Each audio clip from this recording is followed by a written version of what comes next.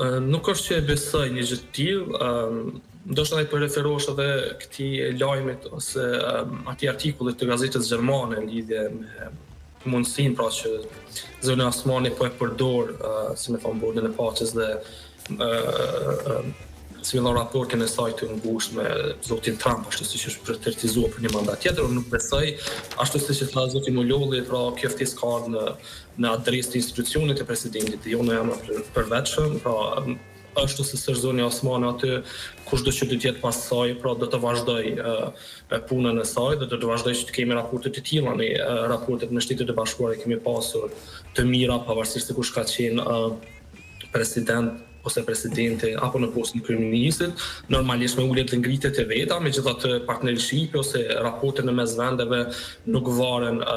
si më thon, prej individëve dhe nuk janë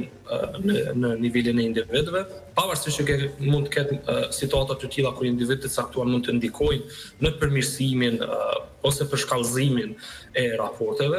Unë nuk mendoj që normalisht zonja Osmani do ta,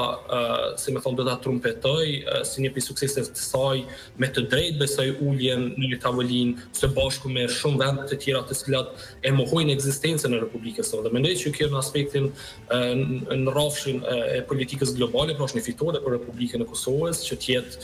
akteri barabartë, si më thon, së bashku me gjitha këto vende të cilat vetë kanë njohur, pavarësisht se çka dhe si mund të mendojmë për bordën e paqes, që unë personalisht kam shumë me dyshje dhe kam mendime të tjera, kisha me thonë si politolog, megjithatë në kuptimin e forcimit të shtetësisë së Republikës së Kosovës në aspektin ndërkombëtar, mendoj që ka qenë një arritje e madhe që duhet vlerësuar, veçanërisht në këto rrethana pra kur po komplet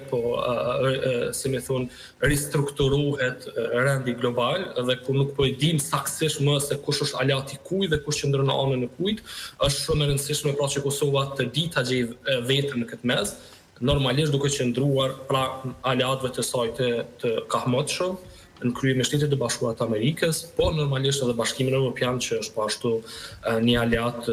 shumë i rëndësishëm dhe një adresë e përhershme për Kosovën. Po, sa i përket bordit të paqes, zotëri Osmani, përmendëm edhe artikullin e gazetarit të gazetës prestigjioze gjermane Frankfurter Allgemeine Zeitung, Mihail Martins, i cili ndër të tjera kritikoi zonjën Osmani se përmes ndihmës nga familja e presidentit amerikan Donald Trump po synon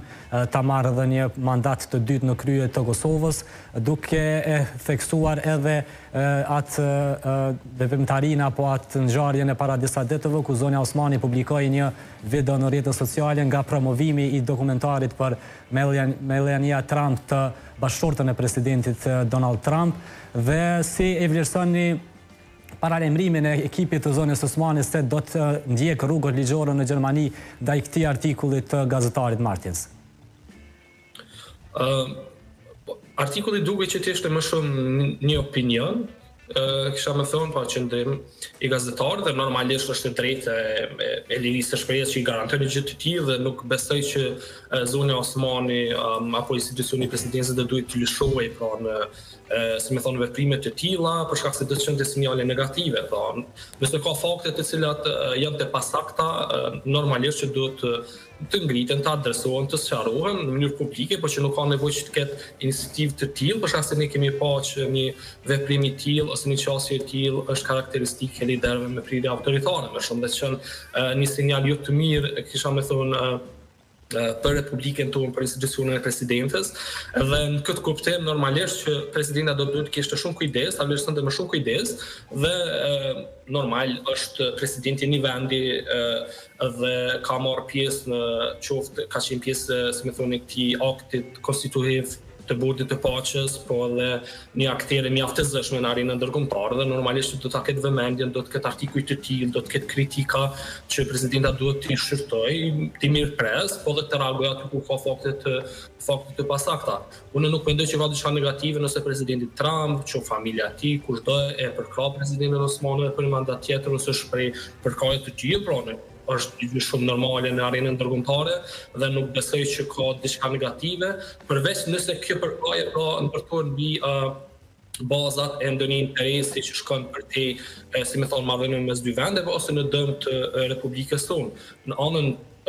tjetër nuk besoj që ka ndonjë problem, ne bile kemi në Republikën tonë ka qenë shumë e shprehur, pra që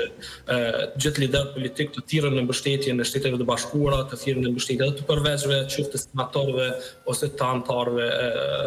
si më thonë, të kabinetit të shtëpinë e bardhë, kështu që nuk mendoj që është diçka negative. Mendoj që presidenti do të bënte gabim shumë të madh nëse vendosën të trajtoj këtë si një, si më thonë, si një sum ndaj saj dhe të mundohet që përmes rrugëve gjyqësore të adresohet, për shkak se nuk besoj që bie në këtë domen, është më shumë në domenin e lirisë së shprehjes dhe nuk mendoj që do t'i shërbente as presidentit Osmani, po as Republikës tonë pozitivisht.